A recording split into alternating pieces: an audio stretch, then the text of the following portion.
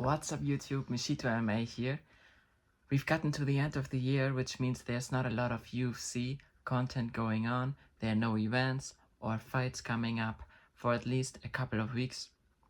So I would like to use this chance to talk about the biggest event that's gonna happen in 2026, which is the White House card that's gonna take place in April or May.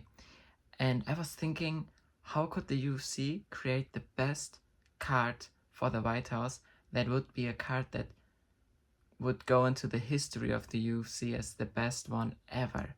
And I've thought about a couple of fights that I predict are going to be on the card and that would make the card absolutely unique and a one-time UFC card in history. So the first fight of the card is a no-brainer, which is Alex Pereira against Tom Aspinall.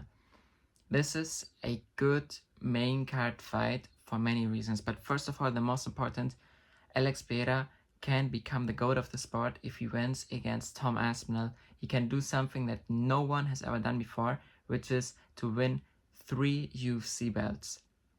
Just because of that, this fight should be on a historical card, and I think the White House card is the perfect opportunity. Some people might say, hey, but Tom Aspinall is going to fight Tsarukyen in a rematch, and I think just don't do the rematch for now. First, do Alex Pereira against Tom Aspinall. I mean, Tsarukyen, it's his fault that the fight ended up how it ended up, you know. I think he doesn't even deserve an immediate rematch because he did it on purpose, you know. I mean, he can wait. I wouldn't even care if he doesn't get the title shot. I hate Tsarukyen. But anyway, I think Pereira against Tom Aspinall is the fight to make for a historical card like the White House card. The co-main should be Islam Makhachev against Garry for many reasons. So first of all, Garry absolutely deserves to fight for the title, and he is super entertaining, and he has an entertaining fighting style. Also, Islam Makhachev is the biggest star of the UFC, the current GOAT, and I think you cannot do a White House card without including the GOAT of the sport. So he should absolutely fight Garry here. It's a super interesting matchup. You again have kind of the Dagestan against Ireland storyline. People are invested. People are really invested when it comes to Garry. People are really invested when it comes to Islam Makhachev. So this fight is an absolute banger, okay? An absolute banger. Everyone would like to see this fight. What I also like about this fight is that Islam Makhachev can improve his resume quite a lot with this win over Garry, because he already has a GOAT resume. Everyone agrees that he's a GOAT. Like Lucas Tracy, MMA Guru, Bedtime MMA, everyone who has like a little bit of knowledge about the sport will tell you Islam Makhachev is the GOAT, you know. So with another win, he can cement an even better GOAT status, and even more people will recognize that he is a GOAT. Even the idiots that still say that John Jones is a GOAT, even they have to accept that he's a GOAT if he beats Garry. So I really want to see that fight. It's really intriguing, really interesting, and don't even start with Usman, okay? I don't know why some people say Usman should be next. Absolute bullshit. These people are out of their mind, you know? Usman is like 46. He has one win. He's a one-win streak. And also, his title reign is super overrated, okay? He fought cans, you know? Colby Covington is not a good fighter. Like, Masvidal is not a good fighter, okay? This Brazilian guy is not a good fighter, okay? So, he's not like a welterweight GOAT. And even if he was, he needs like a win streak to be able to fight for the title. So Usman, he should not fight for the title. He should retire or fight someone else, but don't let him fight for the title. It's Garry against Islam Makhachev. Some people also say it should be Michael Morales, and I agree, Michael Morales absolutely should deserve the opportunity, but I think for this fight card, we need an entertaining fighter. Michael Morales, no one knows anything about him yet. He doesn't have a personality yet. He doesn't have a story yet. So I would like Michael Morales to kind of fight someone else, develop a little bit, get more fans, like so the fights could be bigger. But right now, Garry against Islam Makhachev is the biggest fight in the welterweight division, and maybe the biggest fight in the UFC right now. So let both of them fight and see what happens. The third title fight is Petr against Sean O'Malley, and I know what y'all think. Like, keep calm, I know what you think. You think that Sean O'Malley doesn't deserve it because he has no wins, basically, and he shouldn't fight for the title, therefore. I get all that, but I think on a card like the White House card, it's more important that these fights are entertaining and they bring like eyes to the sport. And who doesn't want to see Sean O'Malley fight Petr again? I think the first fight, Petr won, absolutely. I think everyone who says that Sean O'Malley won has no idea, but I want to see this fight again. You know, Petr has grown as a fighter so much. Sean O'Malley was kind of like, I mean, he became champion, but then he lost it, and then he lost again. So he kind of had a different trajectory, while Petr was grinding and was making progress. Sean O'Malley was on the sidelines, kind of. So I want to see this fight. Sean O'Malley brings eyes to the sport. This will be an entertaining, striking matchup. I know that these gentlemen are gonna strike, and I want to see that, you know. So please, Sean O'Malley against Petr, great fight, great title fight, and I know Sean doesn't deserve it, you know, but sometimes, especially in these special kind of cards, you have to make a compromise, you know. You cannot be like 100% hardcore UFC fan that only wants to see fighter fight that deserves it, you know. This is also entertainment, so give the people what they want to see. Then we have the first non-title fight, which is Merab against Umar, the rematch. This is a great fight for many reasons. So first of all, the first fight was super entertaining and super close. And second of all, both of these gentlemen need a win, okay? So Umar just got a win, which is good, but he still doesn't deserve to fight for the title. But another win against Merab would absolutely allow him to fight for the title afterwards. And Merab, he just lost in spectacular fashion. He got dominated, so he also needs another high-level win.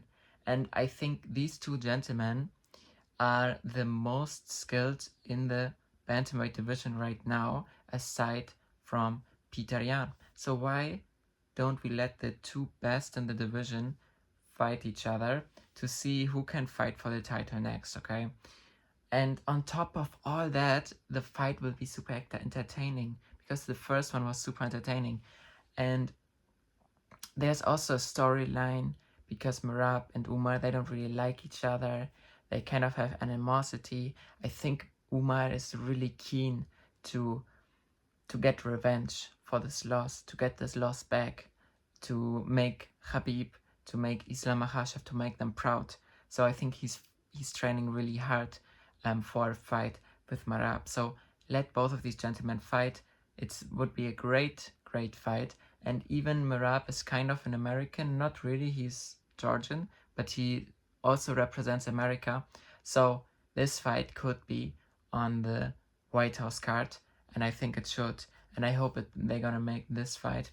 Because also, if you think about it, in the bantamweight division, there's no other fight that... I mean, there's one other fight that I will show you later that is really compelling. But I think they should really do Umar against Merab. Really obvious fight. Arman against Paddy, because Ilya is battling with a divorce. Ilya has to fight for his children, to get his children back and stuff like that. So in the meantime, let's do Paddy against Arman Tsarukyen, because I think Paddy is gonna destroy Justin Gaethje. So Paddy is gonna be the champ, and I think Arman is the only person that deserves to fight for a championship belt right now. So let's see Arman fight Paddy. I would like to see Arman win the championship in the White House. And also Paddy he's not American, he's English, but I mean, it's it's more similar to the US than other nationalities, so he can even represent a little bit the United States. He has a lot of American fans, so let's see this fight. Paddy is also a star of the UFC, and I think this would be a great fight. And in this matchup, I would heavily favor Arman Tsarukyen. Next up, we have JDM against Shavkat. I think this is a great fight for both of these gentlemen for several reasons. So first of all, it's great for the fans because these are two fighters that are generally super entertaining. You know, Shavkat always going for the finish. JDM anyway an entertaining fighter, you know, with a lot of KOs and stuff like that. So I think this would be a great fight. And it would be also a great fight for JDM because JDM needs to, he just lost, he needs to get back and get a win. He needs to be kind of seen by the public. He cannot, you know, wait too long and sit on this win. So let him give the opportunity to fight one of the best welterweights that were kind of inactive. So maybe JDM has a better opportunity to win because Shavkat has been super inactive. And when it comes to Shavkat, he needs another win. He needs to be active. People have forgotten about them. Many people don't even know Shavkat was supposed to fight for the title, you know? So let Shavkat get in there and fight a monster like JDM and let him show the people that he's still this guy that has like a mystique around him, a guy that can finish people, a guy that is dangerous. Shavkat had so many fans, and I think that just one win and he can win all these fans back, okay? And even some on top of that. So let him come back in April, you know, show them what he can do. I mean, right now, all his injuries should be fixed by now. He should be good to come back and fight this dangerous fight, you know. With a win over JDM, he's instantly back into the title shot conversation, okay? Just one win, okay? Even though I think after JDM he should fight another one before he fights for the title. But anyway, I want to see him at least in the conversation, okay? So make this fight happen. JDM against Shavkat. JDM has enough time to rest after his loss. And to be honest, he didn't get damaged too much anyway. But I mean, enough time mentally to adjust, you know, because he just lost the championship belt in front of millions of people, you know. You cannot underestimate how much this can damage your mental health. So let him give another chance to redeem himself with a fight against Shavkat Rakhmanov. These two are both monsters. They are the new welterweight generation. They are both like 6'1", 6'2". They're the new guys in the welterweight division. They're dangerous, and even they were supposed to fight before, but it never happened. So let's see what's gonna happen. Give us let's have some fun, you know. Just let's have some fun with JDM against Shavkat Rakhmanov. The last fight in this video is gonna be Ankalaev against Jiri Prochazka, and I was wondering why did they never fight before? It's kind of weird, you know. They are both really, really good light heavyweights. They are super dominant. They are kind of active. So I've always wondered why they never fought against each other. But anyway, I think this is a great fight because Alex Pereira is gonna move up to heavyweight. So let Ankalaev and Jiri fight for the light heavyweight title. I think both of them, they are the best light heavyweights right now. There's no one else who deserves to fight for the title.